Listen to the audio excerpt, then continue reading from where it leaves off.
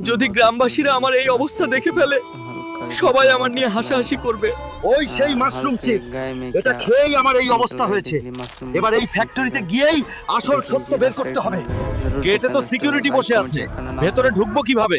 আচ্ছা, পাশে যে ডেলিভারি ট্রাকটা আছে ওটার ভেতর লুকিয়েই ঢুকতে হবে। শোনো, এই কেমিক্যাল সব চিপসের সাথে মিশিয়ে পুরো গ্রামে ছড়িয়ে দেবে, তারপর আমরা এর ওষুধ বানিয়ে কোটি কোটি টাকা কামাবো। তোরাই আমার এই অবস্থার জন্য দায়ী। এই কে রে তুই? কোনকার ডন যে এখানে এসে ডনগিরি মারাচ্ছিস? দেখলে তো মনে হয় কেউ তোকে বডিতে মিউট দিয়ে দিয়েছে। ভাগ এখানে থেকে। এক তো আমার এই অবস্থা, তার উপর আবার গালাগালি।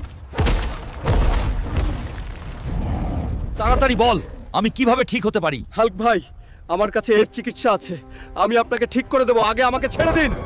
কি রে, জালে ফেসে গেলি না? এবার তোকে শুধু লাইক আর সাবস্ক্রাইবই বাঁচাতে পারবে। বন্ধুরা, আমাকে তাড়াতাড়ি বাঁচাও আহ! প্লিজ।